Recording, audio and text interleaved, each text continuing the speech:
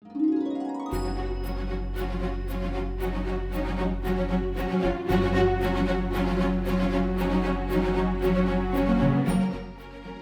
po si Mikey Untal, currently working sa DSWD Batasan po.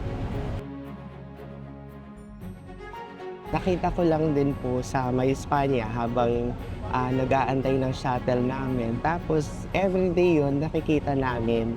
Tapos may mga times na wala kasi kaming shuttle.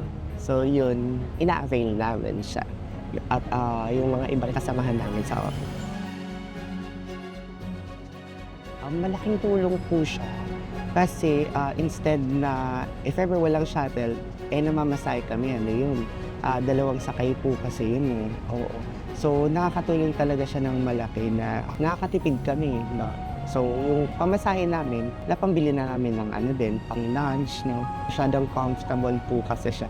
Sa lamig ng aircon at napansin ko na ang dami namang nakaka-avail din. Isa pa sa napansin ko, sinusunod din nila yung batas. Yung mga driver at saka yung pahinante po nila, yung conductor, ang mabait, ang gagalang. Binabati ka nila pagsakay at nagsasabi kong ingat ng pagkababa. Sana marami pa pong bus na ganito. So, sana marami ding maka-avail. Sana madagdagan pa.